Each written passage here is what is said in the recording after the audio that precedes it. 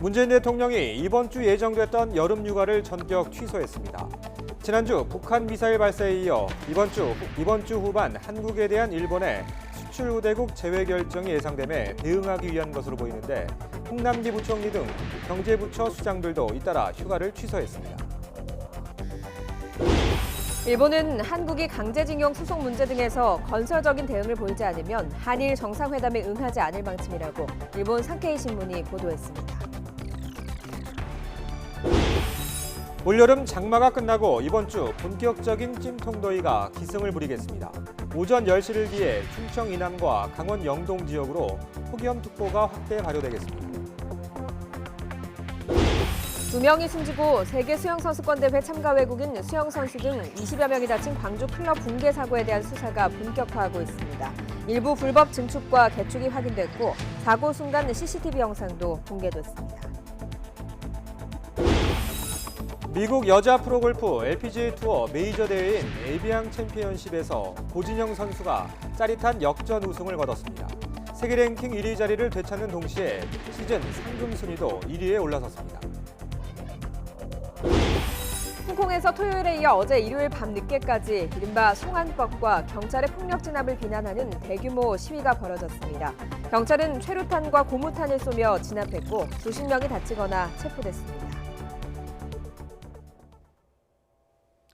굿모닝 YTN 2부 이어갑니다. 최근 일본 정부의 입장을 대변하다시피 하는 산케이 신문이 현재로선 일본은 한일 정상회담에 응하지 않을 방침이라고 보도했습니다. 대화를 위한 전제 조건으로 강제징용 소송 문제 해결을 거론했습니다. 김원배 기자가 보도합니다. 일본은 한일 청구권 협정에 위반되는 사태를 일방적으로 만들어낸 한국 측의 변화를 기다릴 의향으로 9월 유엔 총회 등에 문재인 대통령이 참석한 경우에도 현재대로라면 직접 대화의 장을 마련하지 않는다고 산케이 신문이 보도했습니다.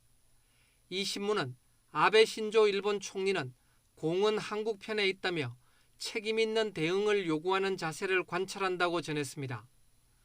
산케이 신문은 앞으로 한일 두 정상의 참석이 예상되는 국제회의는 9월 유엔 총회와 10월 동남아 국가연합 즉 아세안 관련 정상회의, 11월 아시아 태평양 경제협력체 즉 에이펙 정상회의가 있다고 전했습니다. 이어 일본 정부는 한국이 징용공 소송 해결로 이어지는 전향적인 제안을 하지 않는 한 이 자리에서 직접 대화에 나서지 않기로 했다고 보도했습니다. 또 연내 중국에서 열릴 예정으로 있는 한중일 정상회의와 관련해 일본 외무성 관계자의 발언을 인용해 구체적인 일정 협의는 진행되지 않았다고 보도했습니다. 산케이 신문은 아베 신조 일본 총리에 가까운 관저 관계자가 출구가 보이지 않는 지금의 한일 관계를 국교 정상화 이래 최악에 가까운 것 아니냐라고 말했다고 전했습니다. YTN 김원배입니다. 문재인 대통령이 이번 주로 예정했던 여름 휴가를 전격 취소했습니다. 청와대 관계자는 문 대통령이 오늘부터 닷새 연차 휴가를 내고 가려고 했던 여름 휴가를 취소했다고 밝혔습니다. 문 대통령은 이에 따라 이번 주 집무실에 출근하면서 정상적으로 근무할 예정입니다. 이번 주에 이뤄질 가능성이 있는 일본의 우리나라에 대한 화이트리스트 제외 가기 결정과 지난주 북한의 탄도미사일 발사 등의 상황이 문 대통령의 휴가 취소 결정에 영향을 준 것으로 보입니다. 세월호 막말 파문으로 한국당에서 징계를 받았던 차명진 전 의원이 이번엔 일본 제품 불매 운동을 퇴행적이고 저급한 반일 감정이라고 몰아세웠습니다. 무소속 이현주 의원 역시 일본 불매 운동을 거세게 비판하고 나서서 논란이 일고 있습니다. 조은지 기자입니다. 독립운동은 못했지만 불매운동은 하겠다. 눈덩이처럼 커지는 이런 반일 분위기에 차명진 전 새누리당 의원이 찬물을 끼얹었습니다. 차 전 의원은 자신의 SNS에 일본 제품 불매는 퇴행적인 운동으로 저급한 반일 감정에 의지하는 문재인 대통령의 얄팍한 상술이라고 적었습니다. 한국당 황교안 대표를 향해서는 아베의 수출금지 조치가 한국당의 공격 대상이 돼서는 안 된다며 강제징용 문제 역시 제3국 조정위원회 회부를 요구하라며 일본의 주장을 그대로 따를 것을 주문했습니다. 차 전 의원의 이 같은 공개 조언에 황 대표는 일단 말을 아꼈습니다. 여러 좋은 의견들을 모아서 우리 당의 앞으로의 방향을 정하도록 그렇게 하겠습니다. 앞서 택배 노조가 일본 유니클로 제품을 배송하지 않겠다고 선언했을 땐 무소속 이현주 의원이 총대를 맸습니다. 자신들만이 정의라 생각이 다른 사람의 권리는 마구 짓밟아도 된다는 전체주의 운동권의 특성을 그대로 보여준다고 일갈한 겁니다.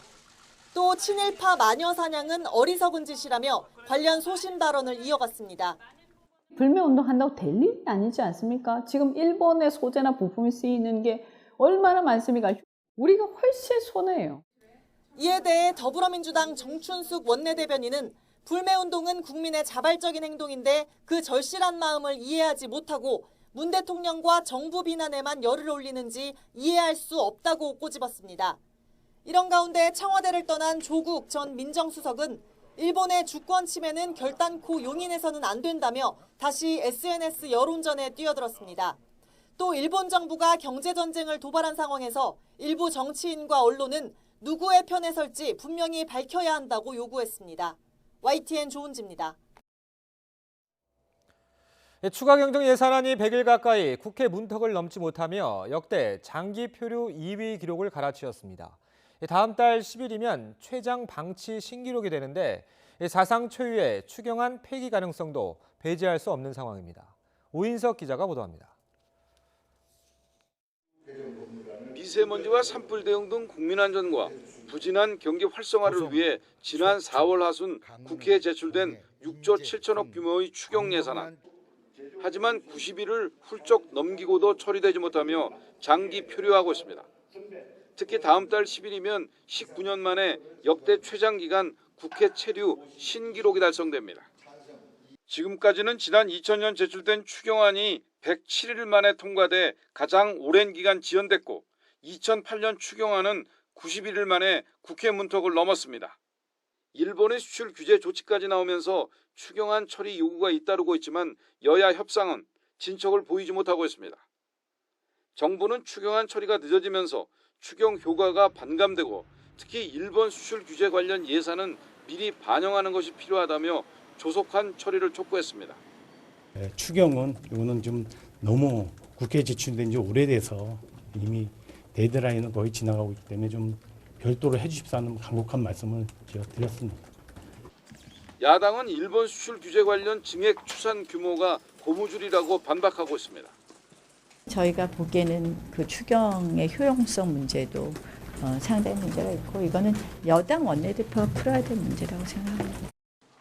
여야의 극한 대치로 추경이 헌정사상 처음 폐기되는 게 아니냐는 목소리도 나오고 있습니다. 김영삼 정부 이후 지난해까지 26년 동안 제출된 24건의 추경안은 모두 국회를 통과했습니다. 일본 규제 대응 관련 예산이 포함된 추경을 처리하지 않는 것에 대한 부담이 클 수밖에 없어 결국 여야의 추경안 심의가 재개될 것이라는 관측이 나오고 있습니다. YTN 오인석입니다. 어제와 그제 사이 동해 북방 한계선 주변에선 북한과 관련해 잇따라 긴박한 상황이 전개됐습니다. 지난 17일 북한에 억류됐던 우리 선원 2명이 돌아왔고 북방 한계선을 넘어온 북한 소형 목선이 우리 측에 예인됐습니다.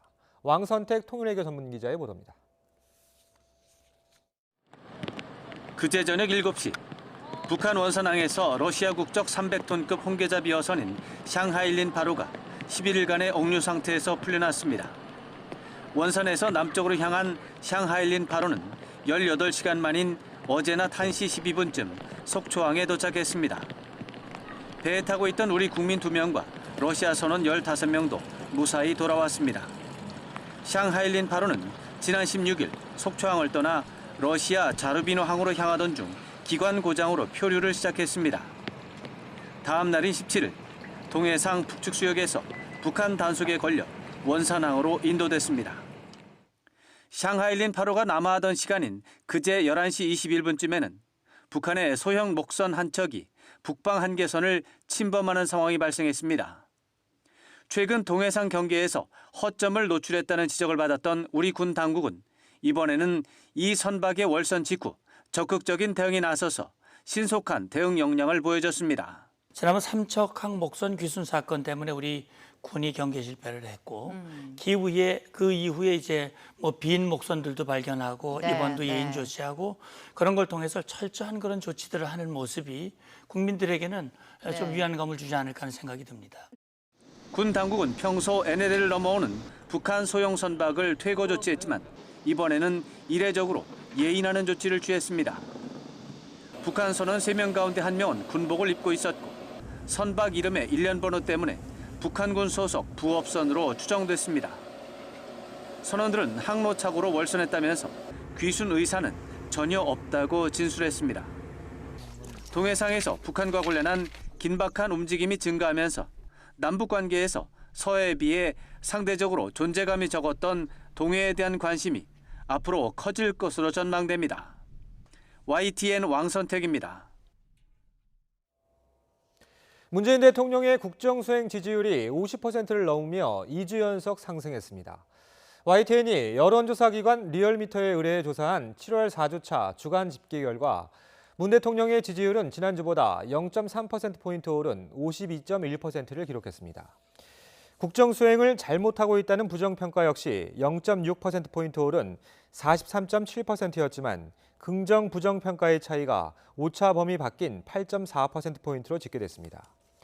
대통령 지지율은 반일 감정 확산과 정부의 힘 모아주기 여론이 이어지며 주 초 중반까지 상승하다가 북한이 탄도미사일을 발사한 주 후반 하락했습니다.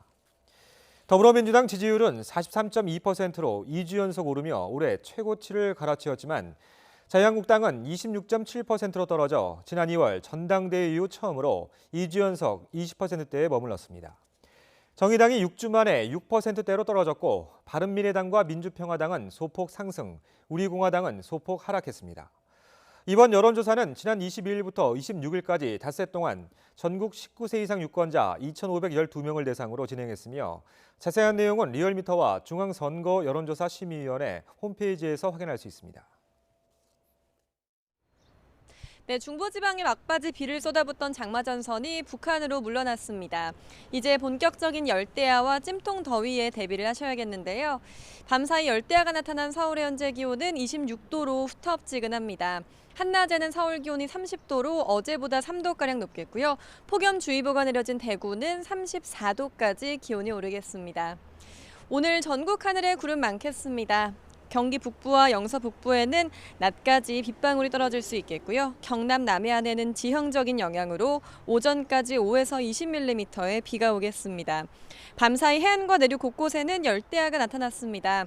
포항의 최저 기온이 27.1도, 제주 26.1도, 서울 25.5도 등 열대야 기준인 25도를 웃돌았습니다. 낮에는 30도를 웃도는 찜통더위가 기승을 부리겠는데요. 강원 동해안과 충청 이남 지방으로 폭염주의보가 확대된 가운데 강릉과 대구 34도, 광주와 대전 33도, 서울 30도로 어제보다 1도에서 3도가량 높겠습니다. 이번 주 무더위는 점점 더 심해지겠습니다. 서울 등 중부지방은 33도, 남부지방은 35도 안팎의 더위가 맹위를 떨치겠고요. 내일과 모레 중북부 지역에는 대기 불안정으로 소나기가 지나겠습니다. 높은 습도 탓에 오후에 전국의 자외선 지수와 또 불쾌 지수가 높게 치솟겠습니다. 이 정도면 10명 중 전원이 불쾌감을 느끼는 수준이니까요. 실내 습도 조절에 힘쓰시기 바랍니다. 지금까지 야외 스튜디오에서 박현실입니다. 2명이 숨진 광주 클럽 붕괴 사고에 대한 수사가 본격적으로 시작됐습니다. 일부 불법 증축과 개축이 확인됐는데요. 사고 순간 CCTV 영상도 공개됐습니다. 김범한 기자의 보도입니다. 광주 클럽 붕괴 당시 CCTV 영상입니다. 갑자기 왼쪽에 춤을 추는 사람들의 발이 보입니다. 복층 구조물이 무너져 내리는 겁니다. 아래층 바에 있던 사람들이 손을 올려 구조물을 떠받쳐 봅니다. 하지만 위쪽 무대는 이내 무너지고 말았습니다. 안타깝게 숨진 2명은 복층 구조물에 깔리면서 순식간에 변을 당한 것으로 조사됐습니다. 애초 알려진 부상자 16명 가운데 수영대회에 참가한 외국인 선수들은 다행히 크게 다치지 않았습니다. 나머지 8명도 생명이 위태로운 정도의 중상자는 없는 상태입니다. 광주광역시 구조본부는 가볍게 다친 사람까지 합쳐 이번 사고의 부상자를 모두 25명으로 집계했습니다. 경찰 조사 결과 클럽은 양쪽 복층 공간 등을 허가 면적보다 배 가까이 증축한 것으로 확인됐습니다. 불법 중축 내지는 개축이 일부 확인된 것은 사실입니다. 근데 이제 정확한 사실과 관련해서 지금 충분하게 지금 수사가 진행되고 있기 때문에 그런 부분들은 사실이 확인되면 그때 다시 말씀을 드리겠습니다. 공동대표 등 3명을 입건한 경찰은 사안이 중대한 만큼 구속영장 신청을 검토하고 있습니다. 광주광역시는 이번 사고를 계기로 불법 건축물 특별대책단을 만들어 위법 사실이 드러나는 곳은 무관용을 원칙으로 엄격하게 처벌하기로 했습니다. YTN 김봉환입니다. 서울중앙지검에 사법농단 사건 재판만 전담하는 대규모 특별공판팀이 꾸려집니다. 평소 수사 못지않게 공소 유지가 중요하다고 강조해온 윤석열 검찰총장의 의지가 반영된 것으로 풀이됩니다. 전준형 기자입니다. 지금 한참 재판이 진행 중입니다. 신변 관계가 어떻게 됐든 제가 달라질 건 아무것도 없습니다. 앞으로 성실하게 재판에 나가겠습니다. 사법행정권 남용 혐의로 구속 기소된 양승태 전 대법원장은 최근 보석으로 풀려났습니다. 최장 6개월인 구속 기한이 거의 다 지났기 때문인데 그동안 재판은 공전을 거듭해왔습니다. 변호인 측이 증거 대부분을 인정하지 않으면서 검찰 측이 신청한 증인만 200명이 넘는 데다 이들마저도 갖은 핑계로 불출석하는 상황이 반복됐기 때문입니다. 사법농단 재판이 장기전 양상을 보이자 검찰은 서울중앙지검에 역대급 규모의 특별 공판팀을 구성하기로 했습니다. 7개 재판부에서 동시에 진행되는 사법농단 재판만 전담하는 팀으로 20명 가까운 검사가 투입될 예정입니다. 윤석열 신임 검찰총장은 평소 싸움터는 조사실이 아니라 법정이라고 강조한 만큼 수사팀과 지휘 라인을 최대한 유지해 특별 공판팀에 힘을 실어줄 것으로 보입니다. 자유민주주의와 시장경제 질서의 본질을 지키는데 형사 법집행 역량이 집중되어야 한다는 것을 다시 한번 강조합니다. 3년 간격을 두고 재수사를 벌인 끝에 34명을 재판에 넘긴 가습기 살균제 사건에 대해서는 이미 특별 공판팀 구성이 확정됐습니다. 피해자만 수천 명에 달하는 사회적 참사인 만큼 수사를 담당했던 검사 3명이 유죄 판결을 위해 공판에만 전담하기로 했습니다. 앞으로 서울중앙지검은 가습기 살균제 사건 공판을 전담하는 가습기 살균제 피해 사건 특별 공판팀을 구성해서 책임자들이 죄에 상응하는 형을 선고받을 수 있도록 공소 유지에 만전을 기하고 이미 8명을 구속 기소한 삼성바이오 분식 회계 사건도 수사가 마무리되면 대규모 특별 공판팀이 구성돼 삼성 측과 치열한 법정 다툼을 이어갈 것으로 보입니다. 정치 경제 권력의 불법 행위가 제대로 된 법의 심판을 받도록 검찰의 역량을 집중하겠다는 윤시림 총장의 의지가 법정에서도 빛을 발할지 관심이 쏠리고 있습니다. YTN 전준영입니다. 엉뚱한 계좌로 돈을 잘못 보내는 차고 송금 사례가 꾸준히 늘고 있습니다. 연간 2천억 원 정도인데요. 본인 실수여서 돌려받기가 쉽지 않습니다. 주의점을 박희채 기자가 짚어봤습니다. 지난해 12월 직원 실수로 엉뚱한 거래처에 1,500만 원을 잘못 보낸 교복업체 사장 김동석 씨. 거래처에선 당장 돌려주겠다고 했지만 은행에선 불가능하다는 답변이 돌아왔습니다. 하필 해당 거래처가 은행 빚을 갚지 못해 계좌가 압류된 상태였기 때문입니다. 사장님이 지금 압류 걸려 있는 게 있으니까 이거를 막 이렇게 해서 줄 수가 없어요. 은행 측은 며칠 뒤 1,500만 원을 대출금 상환 명목으로 가져갔습니다. 압류 계좌에 돈이 들어오면 채권자에게 우선권이 있기 때문입니다. 돈이 들어오는 순간 채권이 성립하기 때문에 줄 수가 이미 그때부터는 자기들도 시스템에 의해서 움직이기 때문에 할 수가 없다라고 얘기를 해서 스마트폰 등을 활용한 모바일 뱅킹 기술이 발달하면서 돈을 보내기는 더 쉬워졌지만 그만큼 계좌번호를 잘못 입력해 생기는 차고 송금도 늘고 있습니다. 실제로 차고 송금의 규모는 지난 2014년 1,400억에서 지난해 2,400억 원으로 2배 가까이 늘었습니다. 간편하다 보니까 아무래도 그 동명이인 같은 경우나 카카오 프로필만 봤을 때 그냥 친구가 이제 제 프로필 사진 똑같은 걸 보고 잘못 보내서 다시 좀 부탁한다고 이렇게 연락했던 적이 있었거든요. 지난해의 경우 차고 송금은 모두 10만 건이 발생했는데 돈을 돌려받은 건 50%에 불과합니다. 현행법상 일단 입금이 되면 수취인 소유가 되기 때문에 은행에서 반환을 강제할 수 없습니다. 이 때문에 계좌 주인이 반납을 거부하면 횡령죄로 고소하거나 부당이득 반환 소송을 내는 것 말고는 마땅한 방법이 없습니다. 그마저도 계좌 주인과 연락이 안 닿거나 계좌가 압류된 상태라면 돌려받기는 불가능합니다. 그 사람이 다행히 재산이 있는 사람이라면 돈을 돌려받을 수도 있겠지만 만약 그 사람이 그 통장에 전부 다 돈이 빠져나가고 다른 재산이 없다 하면 사실 소송을 해도 실질적으로 구제받지 못할 가능성도 있겠죠. 애꿎은 피해가 속출하자 정부도 대책 마련에 나섰습니다. 예금보험공사가 1,000만 원 한도에서 돈을 잘못 보낸 사람에게 송금액 80% 정도를 먼저 돌려주고 잘못 송금받은 사람에게 나중에 되돌려받는 방안입니다. 기본 취지는 여한 어떤 그 송금인 어떤 실수로 발생한 것이기 때문에 100% 자기가 보낸 돈을 100% 다 돌려받는다는 것은 조금 왜냐하면 이 제도를 운영하는 데 따른 비용이 발생하기 때문에. 국회에서도 지난해 12월 이를 뒷받침할 예금자 보호법 개정안이 발의됐습니다. 고액 차고 송금의 경우는 개인이 스스로 구제하고 소액 차고 송금, 경제적 취약자의 경우는 국가가 그 소송을 대신하자 하는 취지입니다. 하지만 개인의 실수를 공적 자금으로 보전해줘야 하느냐는 반론도 적지 않은 상황. 전문가들은 차고 송금을 예방하려면 개인의 노력이 우선돼야 한다고 지적합니다. 송금 전 받는 사람과 계좌번호를 꼼꼼히 확인하고 자주 거래하는 계좌는 등록해놓는 게 좋습니다.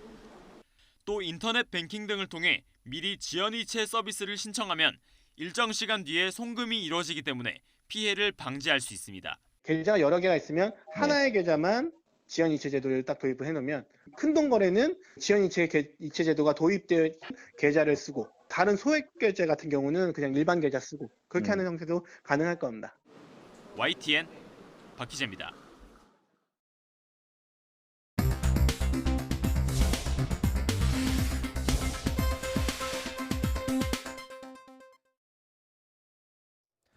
이 시각 보도국입니다. 경남 밀양에 있는 알루미늄 공장에서 난 불이 나흘 만에 대부분 진화됐습니다. 소방당국은 지난 25일 발생한 화재와 관련해 불씨나 불꽃은 보이지 않고 미세한 연기가 발생하고 있지만 확산 가능성은 없다고 밝혔습니다. 어젯밤 10시 반쯤 울산시 온양읍에 있는 세차장 사무실에서 불이 났습니다. 사무실이 비어있어 인명피해는 없었지만 내부 집기 등이 타 소방서 추산 160만 원의 재산피해가 났습니다. 일본에 주재하는 우리나라 총영사가 부하 여직원을 성추행한 혐의로 경찰 조사를 받고 있는 것으로 전해졌습니다. 외교부 관계자는 A 총영사의 성비위와 관련된 제보가 국민권익위원회로부터 접수돼 권익위가 수사기관에 통보한 것으로 알고 있다고 밝혔습니다. 경희고등 서울 자율형 사립고 8곳과 부산 해운대고의 자사고 지정 취소 동의 여부를 결정하는 교육부 심의가 이번 주 목요일인 다음 달 1일에 열립니다. 교육부 장관의 최종 결정은 심의 다음 날인 2일이나 늦어도 5일쯤 발표될 것으로 예상됩니다. 이 시각 보도국이었습니다.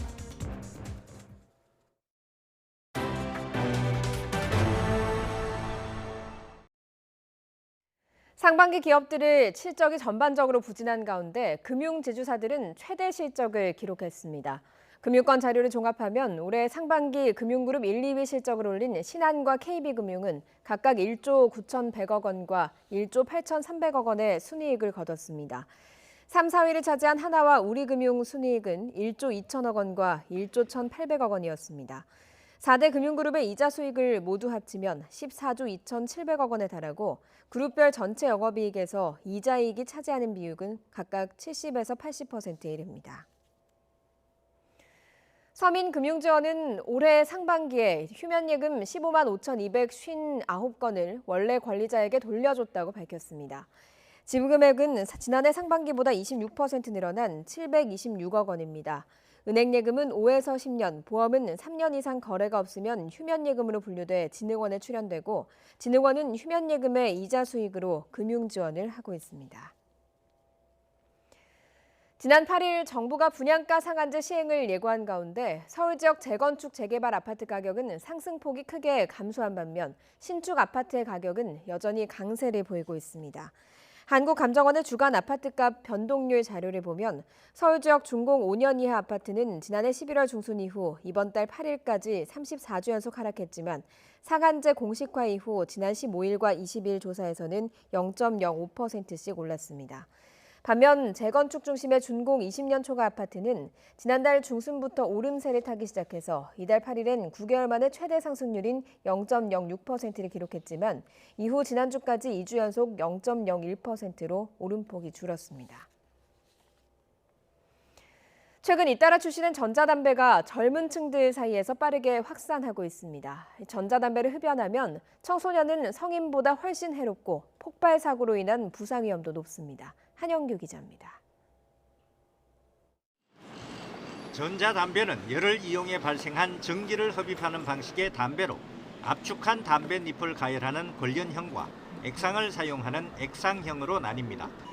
국내외 담배 회사들이 다양한 형태의 제품을 경쟁적으로 출시하고 있고 담배 냄새가 덜 난다는 이유로 전자담배가 빠른 속도로 확산하고 있습니다.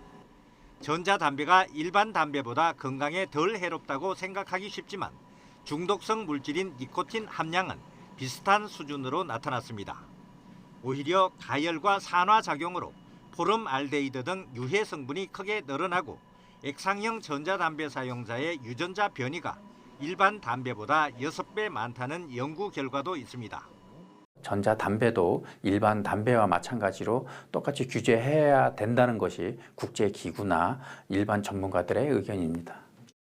배터리와 가열 장치를 사용하는 전자담배는 때로 폭발 사고를 일으키기도 합니다.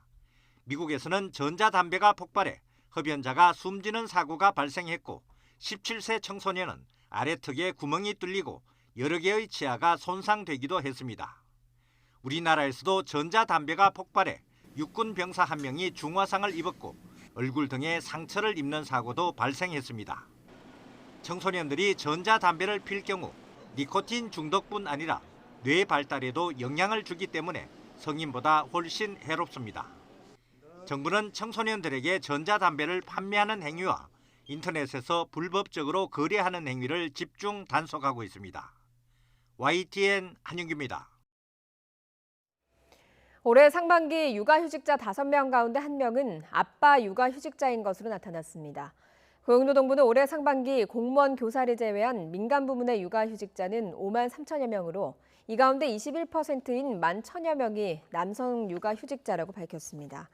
상반기 아빠 육아휴직자는 지난해 같은 기간보다 31% 늘어나서 이런 추세로 가면 올해 2만 명을 넘어설 것으로 예상됩니다. 이제 로봇이 요리를 하는 시대입니다. 서울 강남에는 처음으로 로봇 바리스타가 등장했는데요. 외국에서는 이미 로봇 셰프도 활약하고 있습니다. 신윤정 기자입니다. 사람 팔처럼 생긴 로봇이 커피 원두에 뜨거운 물을 부어 핸드드립 커피를 내립니다. 원두 종류에 따라 물의 온도나 물줄기 모양까지 달리하며 섬세하게 움직입니다. 최근 서울 강남에 문을 연 카페에 등장한 바리스타 로봇입니다. 테이블로 빵 등을 갖다 주는 서빙 로봇도 함께 일하며 고객들의 눈길을 사로잡고 있습니다. 안녕하세요. 라운지X 빵 셔틀입니다. 너무 신기하고요. 실제로 커피도 바리스타보다 잘 내리는 것 같아요. 손이 많이 가는 김밥을 만드는 작업에도 기계가 활용되고 있습니다. 김 위에 밥을 고르게 펴는 작업도, 김밥을 썰고 채소를 가늘게 채 써는 것도 1초면 가능합니다. 그분이 이제 작업 시간이 많이 줄어서 그 밖에 따로 나와 계시지 않고 안에서 이제 주방 일과 같이 하실 수 있기 때문에 주방 이제 인건비 절감에 효과가 있었고요. 뜨거운 불 앞에서 한참을 저어야 하는 죽까지 로봇팔로 만드는 프랜차이즈까지 등장했습니다. 모두 사람이 하던 단순 반복 노동을 대신해 주는데 해외에서는 더 다양한 작업을 하고 있습니다. 프랑스에서는 피자 굽는 로봇이, 미국에선 칵테일 만드는 로봇이 맹활약 중이고 일본에서는 3D 프린터와 로봇팔로 초밥을 만드는 식당이 내년에 문을 열 예정입니다. 로봇 셰프, 로봇 바리스타가 등장해서 이제 서비스 산업에서의 이 일자리 문제가 심각해지고 있거든요. 많은 지금 우려와 그런 문제점들을 자아내고 있죠. 로봇 기술을 활용해 노동력과 시간은 줄이면서도 창조적인 일자리 창출 등 로봇과 인간의 상생 방안도 고민할 시점입니다. YTN 신윤정입니다. 선박에 비치된 구명 튜브의 무게가 1.5kg 정도라고 합니다. 성인 남성이 물 위로 던져도 10m가량만 날아간다고 하는데요. 더 멀리 정확하게 던질 수 있는 장비가 개발됐습니다. 이윤재 기자가 취재했습니다. 저수지에 물에 빠진 사람이 허우적거립니다. 발견한 사람이 주변에서 가져온 구명 튜브. 튜브에 연결된 밧줄은 어지럽게 엉켜 있고 익수자를 향해 힘껏 던져보지만 닿지 않습니다. 실제 1.5km 남짓한 구명 튜브는 성인 남성이 던져도 10m 안팎이 고작입니다. 전국에 설치되어 있는 구명함을 보게 되면 한 10m 정도의 줄을 연결해 놓은 구명 튜브가 전부인데요. 이것은 구조할 수 있는 범위가 매우 제한적이고 효과적으로 구명할 수 있는 방법은 거의 없는 것이 현실입니다. 로켓 모양의 물체, 발사대에 꽂은 뒤 버튼을 누르자 30m 정도 떨어진 익수자 근처에 정확히 떨어지고 순식간에 튜브로 변신합니다. 지역의 벤처기업이 연구 개발한 인명구조용 로켓 튜브입니다. 발사 각도를 조절하면 최대 60m까지 날아가고 손으로 직접 던질 수도 있습니다. 튜브를 물에 빠진 사람 주변에 여러 개 잇따라 발사할 수도 있습니다. 발사 버튼을 누르면 119에 직접 구조 정보가 전달되도록 해 물에 빠진 사람을 구할 수 있는 골든타임을 아낄 수 있습니다. 최대 사거리를 60m 이상을 가지고 있으며 그리고 익수자에게 정확하게 구명 튜브를 전달할 수 있는 장점이 있습니다. 뜨거운 여름, 물놀이철이 되면 반복되는 순환사고. 중소기업의 아이디어가 해마다 500~600명에 이르는 익사자를 줄이는 데 역할을 할 수 있을지 주목됩니다. YTN 이윤재입니다. 주택에 사는 분들 옥상 바닥이 어떤 색상인가요? 아무래도 녹색이 많은 편이죠. 그런데 흰색 페인트를 칠하면 실내 온도가 제법 낮아지는 효과가 있다고 합니다. 차상은 기자가 취재했습니다. 녹색으로 가득한 평범한 주택 옥상. 페인트를 머금은 붓이 지나갈 때마다 흰색으로 물들어갑니다. 주택 옥상과 지붕을 흰색으로 칠해주는 하얀 지붕 사업입니다. 지자체가 폭염에 취약한 가구들을 선정을 하면 민간 기업은 페인트를 지원하고 자원봉사자인 건축사들이 작업에 나섭니다. 단독주택 옥상에 차열 페인트를 지원 도색함으로써 여름철 냉방 에너지를 절약하여 폭염에 대응하고 주민들의 전기 사용량을 줄여주는 주택 지붕과 옥상을 녹색 대신에 이렇게 흰색으로 칠하면 실내 온도는 크게 떨어지는 것으로 나타났습니다. 녹색 페인트의 열 반사율은 20에서 30%인 반면 흰색은 80%가 넘는 점을 이용해 옥상 표면 온도가 지나치게 높아지는 걸 막는 원리입니다.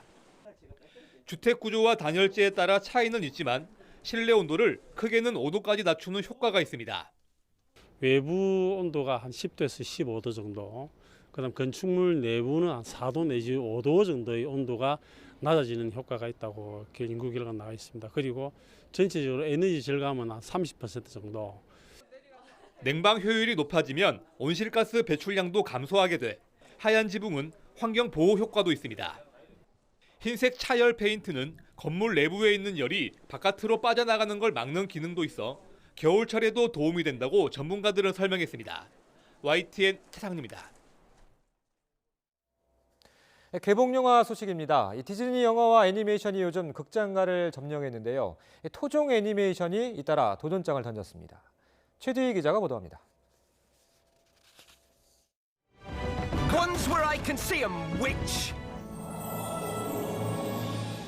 통통한 스노우 화이트 공주가 마법의 빨간 구두를 신고 아름다운 레드 슈즈로 변신합니다. 동화의 나라 속 용맹한 7왕자는 저주를 받아 난쟁이가 됩니다. 언뜻 보면 할리우드 애니메이션 같지만 국내 제작진이 만든 토종 애니메이션입니다. 시나리오 개발에 5년, 프로덕션에 3년 6개월이 걸릴 정도로 공을 들였고 한국 최초의 디즈니 수석 애니메이터 김상진 씨가 애니메이션 감독을 맡았습니다. 우리가 만약에 동아나라에 살고 있는 사람들이라면은 길 가다가 코너를 돌다가 마주칠 수 있는 어떤 그런 복장을 입은 여성 캐릭터 이런 걸로 디자인을 했죠. 잘 알려진 동화 백설공주와 일곱 난쟁이에서 기본 얼개를 따온 뒤 여러 동화를 한데 섞어 현대적으로 재해석한 점이 특징입니다. 세계 시장 진출을 목표로 만든 작품으로 할리우드 배우 클로이 모레츠가 목소리 연기에 참여했습니다. 지난 2월 유럽 필름마켓에서 처음 공개된 뒤 독일, 프랑스를 비롯해 세계 123개국에 선판매되는 성과도 거뒀습니다.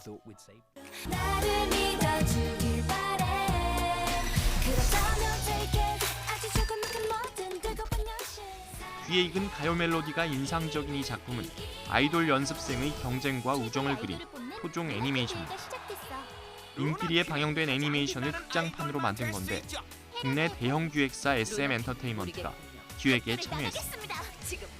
아시아 국가 위주의 수출을 고려해 제작된 작품으로 다음 달 베트남 개봉을 앞뒀고 이어 중국 개봉도 진행될 예정입니다.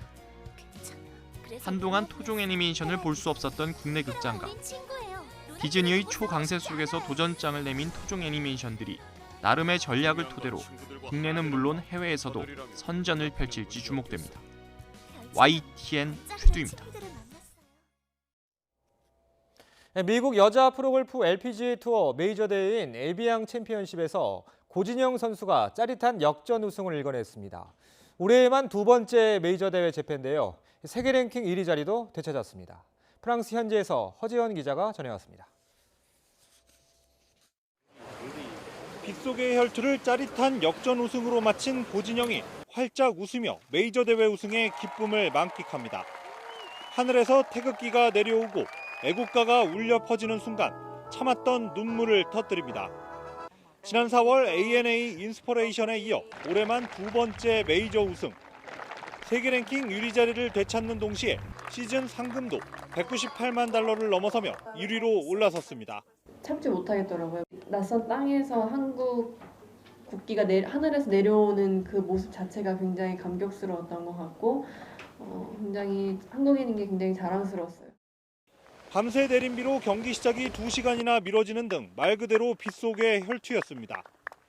우리나라 선수 3명이 챔피언조에서 우승 경쟁에 나선 가운데 박성현이 11번 홀 더블 보기를 범하며 가장 먼저 우승 경쟁에서 멀어졌습니다. 선두를 지키던 김효준은 파3 14번 홀에서 공이 벙커 턱에 박히는 불운을 겪으며 한꺼번에 세 타를 잃어 선두 자리를 내줬습니다. 경쟁자들이 크게 흔들리는 사이 선두에 4타나 뒤진 채 마지막 날 경기에 나선 고진영이 침착하게 타수를 줄이며 짜릿한 역전극을 완성했습니다. 우리 선수들은 올해 열린 4번의 메이저 대회 가운데 3승을 휩쓸었고 LPGA 투어 21개 대회 중 절반에 가까운 10승을 합작하며 시즌 최다승 기록 15승 경신 가능성을 높여가고 있습니다. 세계 최강의 자리를 다시 확인한 우리 선수들은 이제 영국으로 자리를 옮겨 2주 연속 메이저 대회 우승에 도전합니다. 프랑스 에비앙 레뱅에서 YTN 허재원입니다. 홍콩에서는 휴일인 어젯밤 늦게까지 이른바 송환법과 경찰의 폭력 진압을 비난하는 대규모 시위가 벌어졌습니다. 경찰은 최루탄과 고무탄을 쏘며 진압했습니다. 황보선 기자가 보도합니다. 도심에 바리케이드를 쌓은 시위대 쪽으로 최루탄과 고무탄이 발사됩니다. 여기저기 불꽃이 튑니다. 경찰 쪽으로 돌과 보도블록 파편이 날아듭니다. 시가전이 벌어진 듯 아수라장입니다. 중국 정부의 홍콩 조제 연락 판공치로 진출하려는 시위대와 이를 막는 경찰의 충돌은 일요일 자정까지 이어졌습니다. 이 과정에서 수십 명이 다치고 체포됐습니다. 시위대는 송환법 폐기, 경찰의 폭력 진압 규명, 홍콩 행정수반의 퇴진과 직선제를 요구하고 있습니다.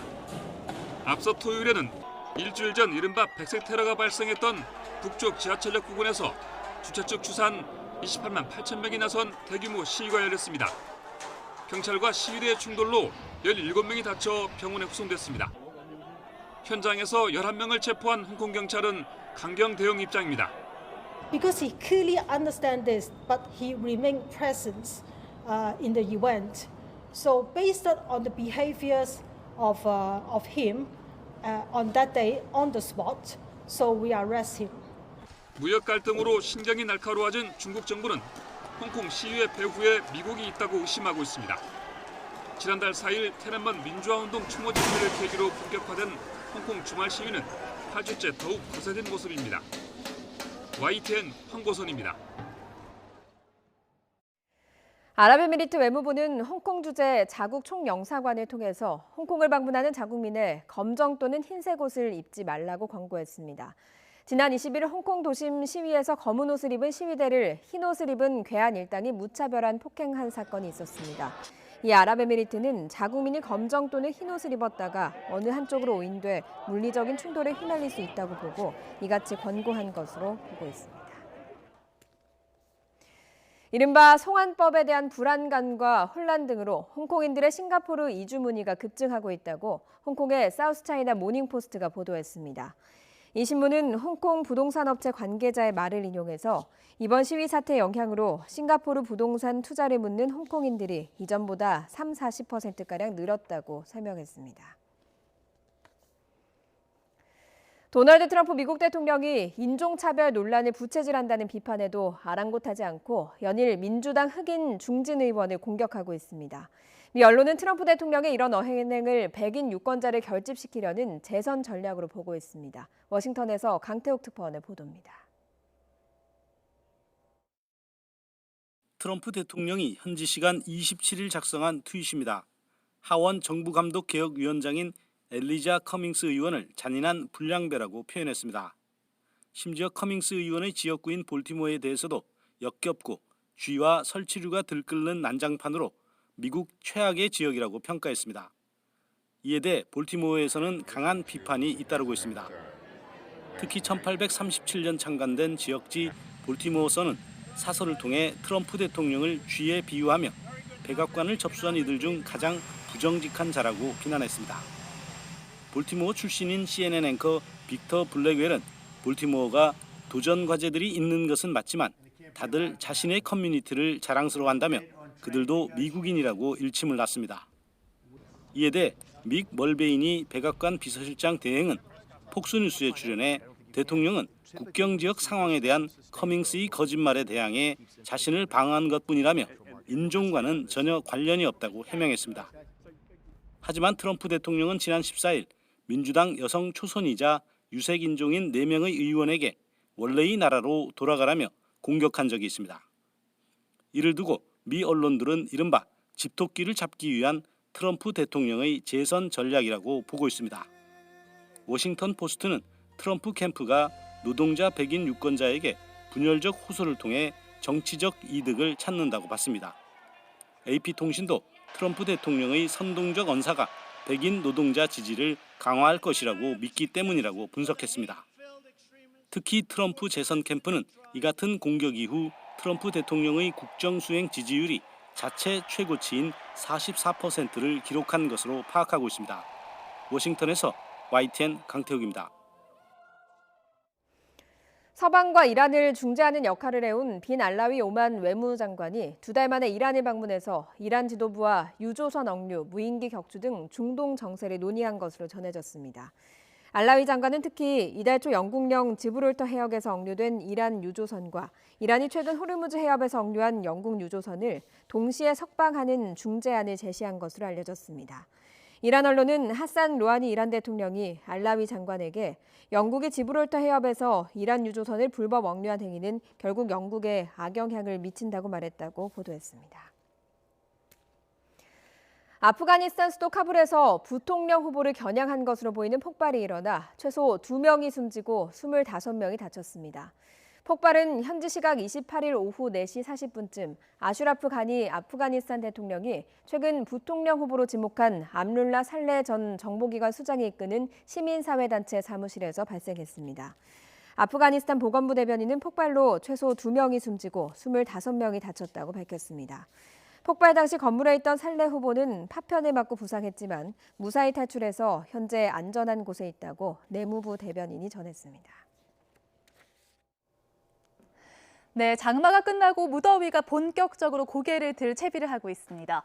간밤에도 곳곳에서 열대야가 이어졌는데요. 밤사이 최저기온이 서울이 25.5도, 포항 27.1도 등으로 해안과 내륙 곳곳에서 열대야 기준인 25도를 웃돌았습니다.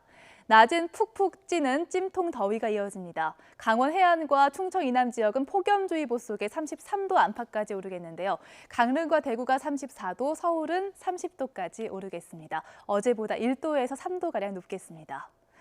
오늘은 높은 습도에 기온도 높아서 불쾌지수가 크게 치솟겠습니다. 낮 동안 전국 곳곳에 불쾌지수가 최고 단계인 매우 높은 수준까지 오르겠습니다. 이렇게 불쾌감이 높을 때는 어떻게 해야 할까요? 먼저 물이나 과일, 채소를 충분하게 섭취해서 수분 관리를 해주시면 좋겠습니다. 냉방기구나 제습기를 활용해서 실내 습도는 50에서 60% 정도로 맞춰주시고요. 실내외 온도차는 5도에서 7도 정도로 유지를 해주시면 좋겠습니다. 오늘은 하늘이 차차 흐리다가 맑아지겠고요. 경남 해안 지역은 지형적인 영향으로 오전까지 5에서 20mm의 비가 오겠습니다.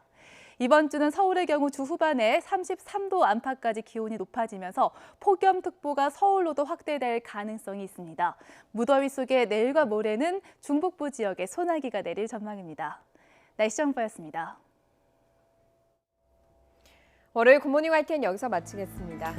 내일 아침도 부지런히 준비하겠습니다. 고맙습니다.